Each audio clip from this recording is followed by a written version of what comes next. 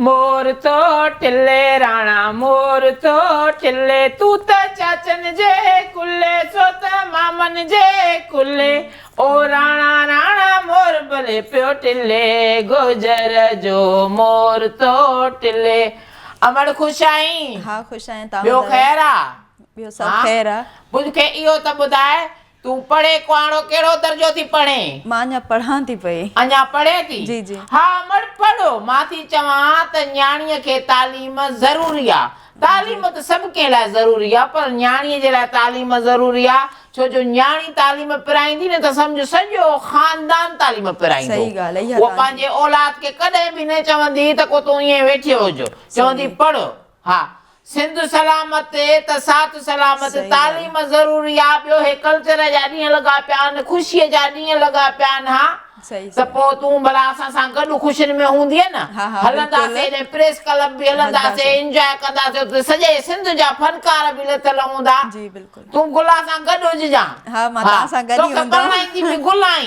बसि मां रिश्ता जेको करायां पई, मां पढ़ियल न आहियां न, पोइ छा कयां? बेरोज़गार औरत पोइ पढ़ायां पढ़ाए न वॾड़ा अॻे तालीम घटि हूंदी न, इन जे करे हाणे चवां थी मां पंहिंजूं छोकिरियूं पढ़ायां।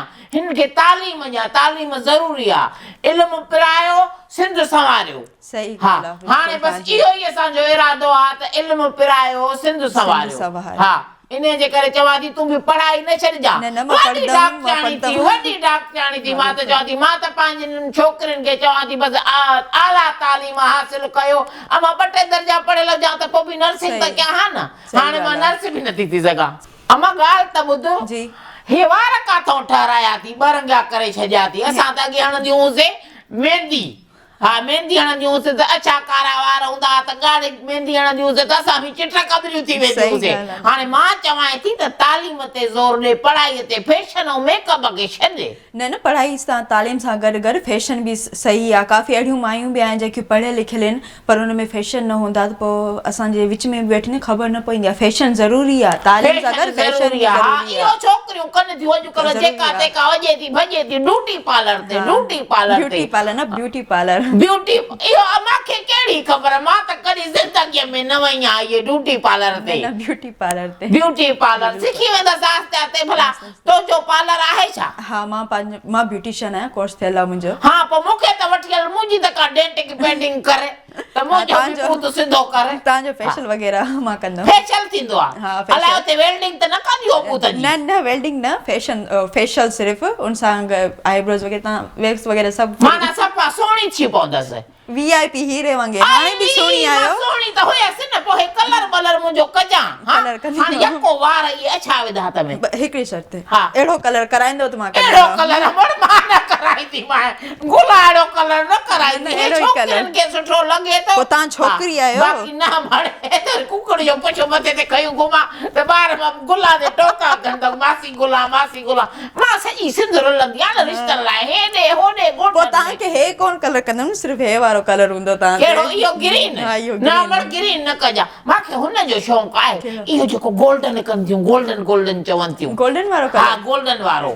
स्टिचिंग जेका आहे इहा मां स्टिचिंग अलाए छा आहे। स्टिचिंग न स्टिकिंग। मूंखे इन स्टेशन जी ख़बर नथी पई। बाक़ी चवां थी गोल्डन कलर कर। हा अच्छा गोल्डन। तूं पाण ठाहींदी न मुंहिंजा वार? हा हा मां बसि ठीकु आहे। हाणे छोकिरो हिकिड़ो परणाईंदसि ज़ारून त बसि उनजे ख़ुशीअ में मुंहिंजो इहो कलर बलर कंदसि। हाणे गुलाम बि चए थी थोरो ग्रूम कयां, चेंज थियां। पार्लर जी कहिड़ी ज़रूरत आहे? तव्हां ईअं ई ख़ूबसूरत लॻा पिया आहियो। इहो मुसाग इहे धूरियूं इहे वींजड़ा इहे काॾे वञो पिया तयारु कयो? हाणे हीअ असांजे कल्चर डे जी तयारी आहे। वञणो आहे प्रेस क्लब त मासी गुला वारी पार्लर काॾों कंदी। मिड़ई मुसाग हुयो पाउडर चपटड़ी हई। ॿुधई हाणे तयारी आहे सॼी। हे मुंहिंजी जेका प्रेस क्लब ते सभु हलंदासीं न त मुंहिंजो अचु त हाणे सॼे सिंध खे जेको आहे न पाण खे सभिनी खे मुबारकूं ॾियूं कल्चर डे जूं।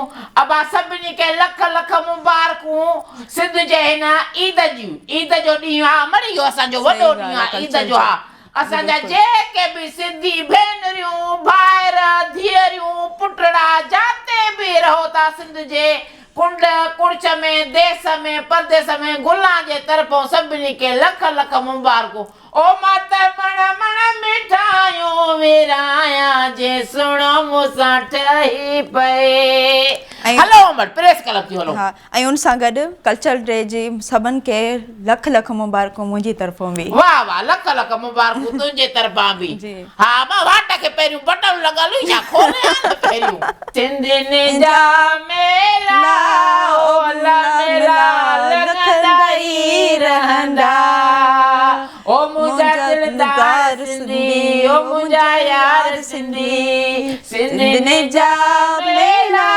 ओ मेला मेला लॻंदा ई रहंदा हलूं था प्रेस क्लब हलो हलो